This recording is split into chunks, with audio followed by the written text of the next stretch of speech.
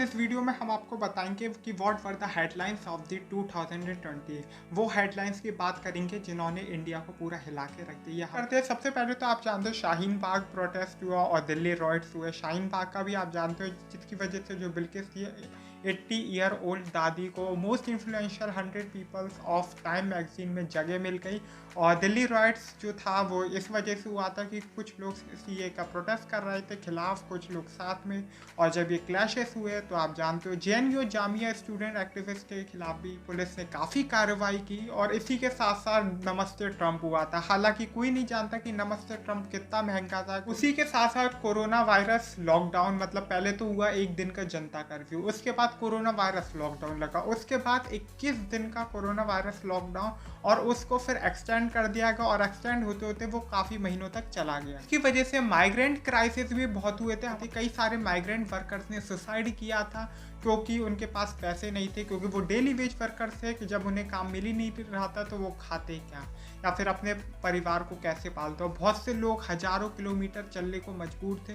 और इस माइग्रेशन को शायद से ये इंडिपेंडेंट इंडिया में फर्स्ट टाइम हुआ था और इस माइग्रेशन को पूरे वर्ल्ड ने देखा था। सुशांत सिंह राजपूत केस, ये वो केस है जो 90 दिनों तक हेडलाइन में बना गया, नेशनल न्यूज़ के नंबर 1 पे ट्रेंड किया सुशांत सिंह राजपूत का केस। हालांकि वो रियलिटी ये थी कि एंड में पता चला वो सिर्फ और सिर्फ एक सुसाइड केस था।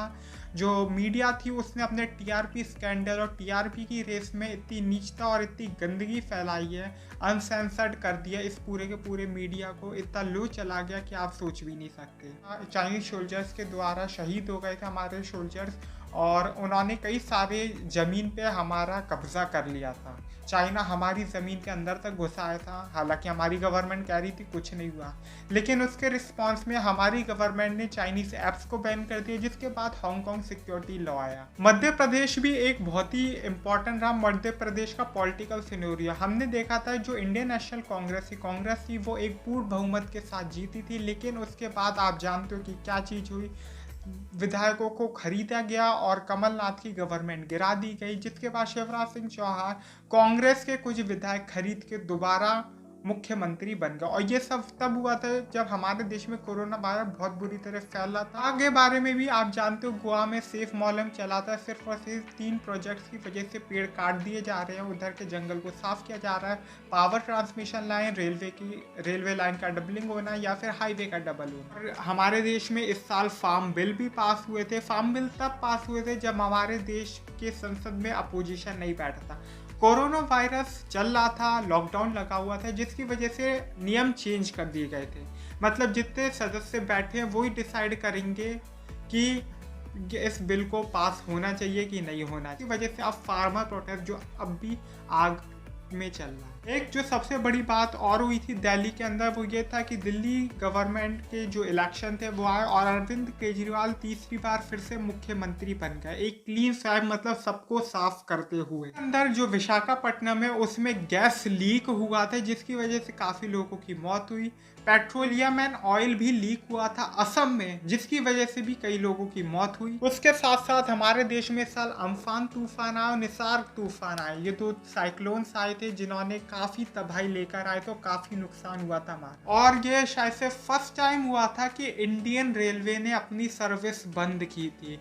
पूरी तरीके से इंडियन रेलवे को बंद कर दिया गया था। समझ लीजिए कि जब से इंडियन रेलवे बनी थी, मतलब इंडियन रेलवे जब से स्टार्ट हुई थी बॉम्बे टू थाने, तब से लेके आज तक ये फर्स्ट टाइम हुआ था कि इंडियन रेलवे ने अपनी सर्विसेज बंद कर दी। तो एक विकास दुबे का भी बहुत बड़ा हुआ था। विकास दुबे ने कई सारे पुलिस वालों को मार दिया था, जिसके बाद कई दिनों बाद विकास दुबे को इनकाउंटर कर दिया गया था। हालांकि उस पर भी काफ़ी कंट्रोवर्सीज उठी थी, जो रीजन से कि यूपी पुलिस ने बहुत सी राज छुपाने के लिए विकास दुबे को मार दिया। उसी के साथ साथ हमारे देश में पोस्टपोन नीट, जेई और ये सारे स्टूडेंट एक्टिविस्ट के बाद नेशनल एजुकेशन पॉलिसी आई। नेशनल एजुकेशन पॉलिसी जो एक पूरे एजुकेशन सिस्टम को बदल के रख देगी। हालांकि इस पे भी कई सारे एक्यूजेशन लगे हैं कि ये एजुकेशन सिस्टम को और महंगा बना देगी, और अगर हम मान लीजिए इसके हिसाब से चले भी तो भी इसे इम्प्लीमेंट होने के लिए 2025 तक तो लग ही जाएगा। उसी के साथ साथ पंजाब के अंदर अल्कोहल पॉइजनिंग भी हुई और जो इंडियन एयर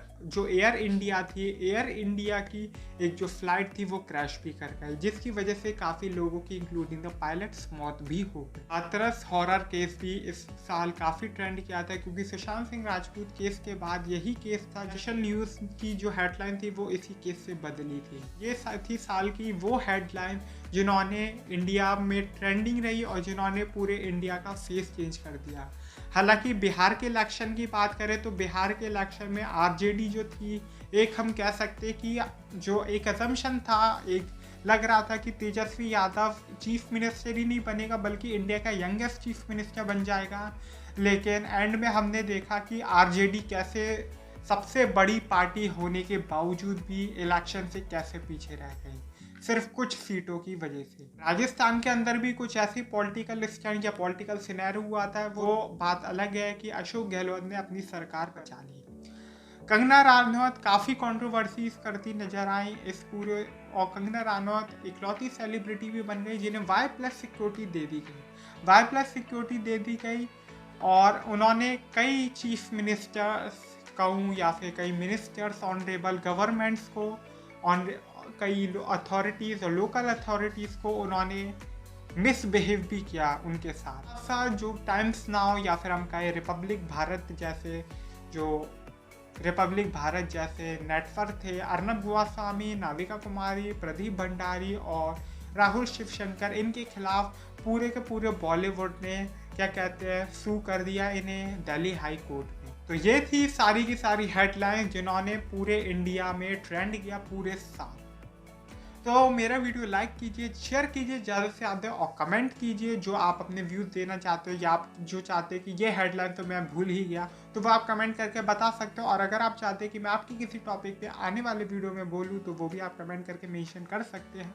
और मेरा चैनल सब्सक्राइब कीजिए और ज़्यादा से ज़्यादा मेरे चैनल को शेयर भी कीजिए, बताइए लोगों को।